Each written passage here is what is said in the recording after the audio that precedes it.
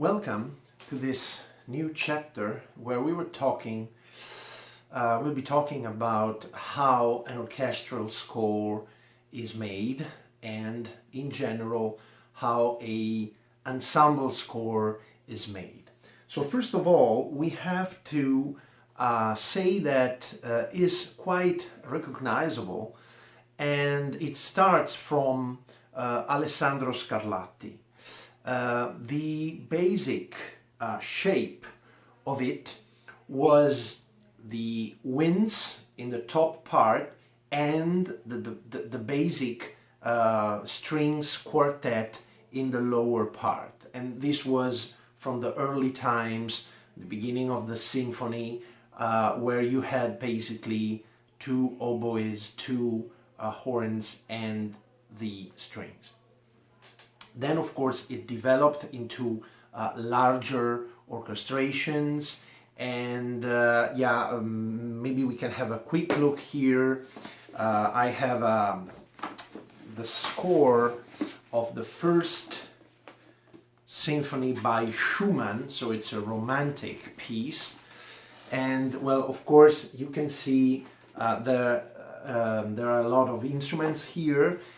In the first part, as we said, there are the winds divided into, first of all, the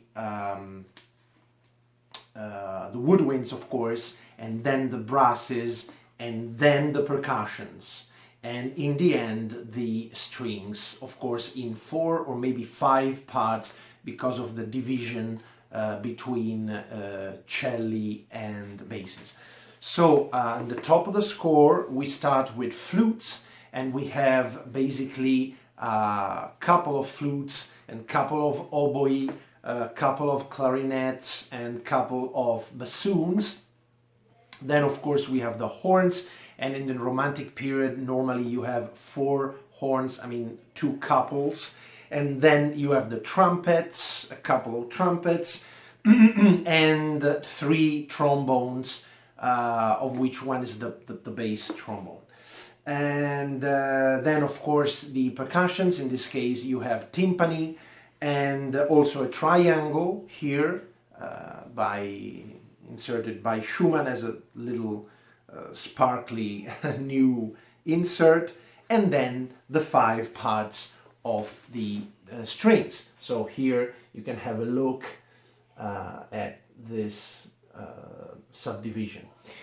Basically every section in the woodwinds and then brasses, etc., you would place the instruments in a pitch order. So you have the higher instruments above, and as you go down you have the lower instruments of that section.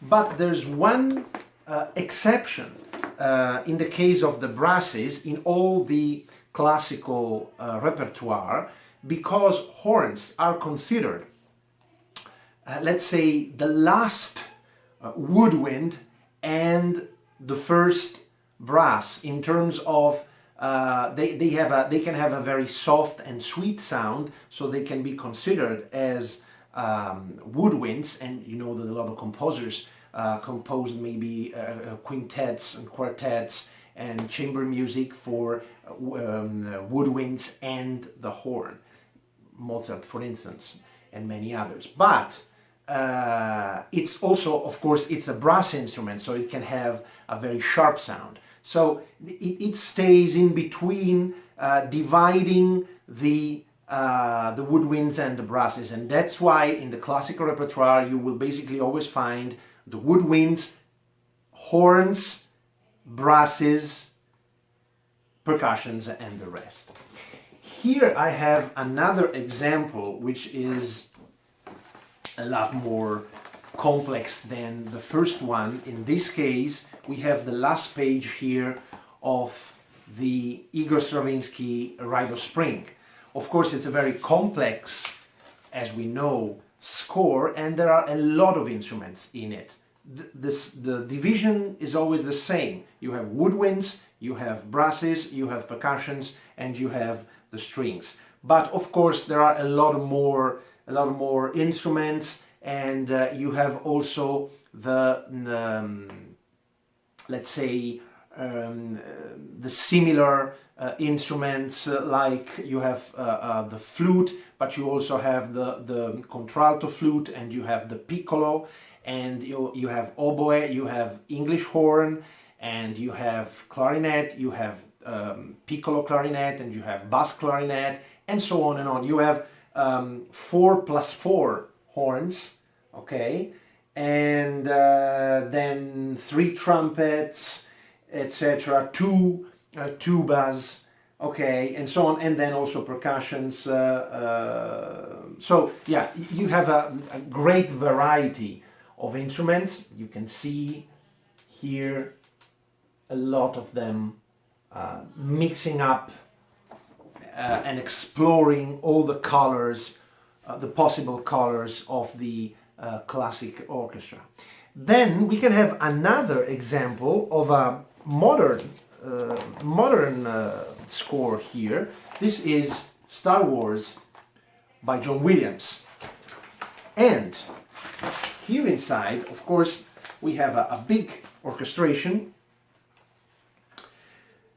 It's a little less than the Rite of Spring. You have basically, again, the couple of instruments, 2 flutes, 2 oboe, 2 clarinets, and the bass clarinet, so sometimes he uses other instruments, 2 bassoons, 4 horns, and 3 trumpets, and then 3 trombones, 1 tuba, timpani percussion, and also very interesting, we have the harp, which is of course down here because it's a string instrument, and so it's close to the strings, and also the celesta.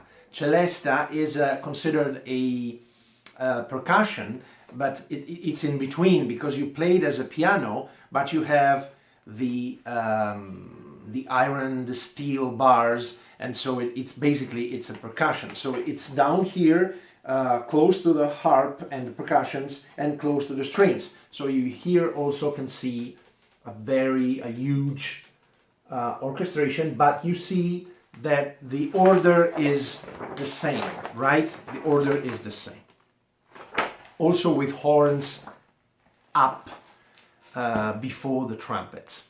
And another last example here, we have a wind band score.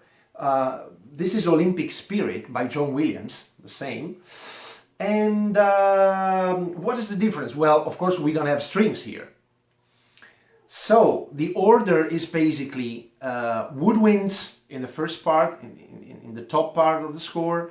Then you have brasses, and what's down here? Percussions. So you have no bass line in the last line here, as in the other cases, but you have woodwinds and brasses with the tuba closing, okay, and then you have all the percussions. And in this case, we can see that the trumpets are on top, followed by horns. So in this case, and basically in all the wind band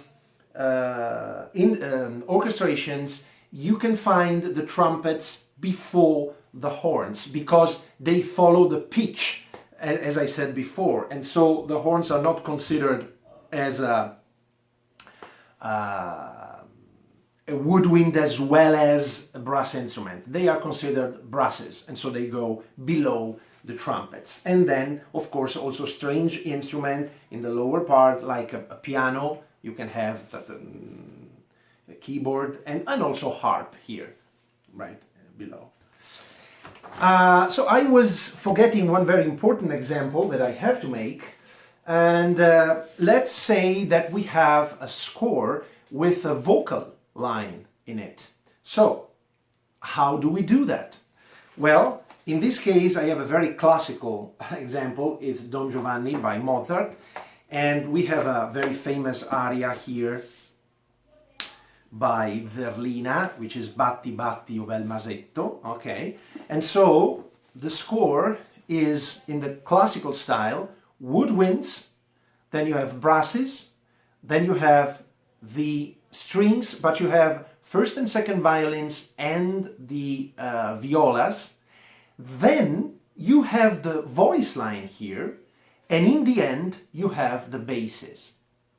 So why would a composer put the main line, the voice, right here below, close to the basses? Well, the answer is that, especially in those times, you had the basso continuo. And also in rehearsal, it was very important for the maestro to check the melody line, and immediately below, having the basses and having the numbers of the basso continuo, he could easily write a play with the singers without, needing to skip up and down the score, looking for maybe the voice in the first line, as we would think, and then the basses in the last line. So it was very easy to follow with the basses. So this is the reason why it's here. But in the modern voice scores, you can find the voice wherever. You can find it in the top line, most of the times, because it's very at hand for the conductor who's conducting, and the first line that he sees is the solo, is the voice. But you can also find it close to maybe another important instrument, which is, I don't know, maybe a counterpoint with the voice. So maybe they put them together to lay stress on those lines. It depends. But in the classical scores, you will find the voice close to the basses for this reason.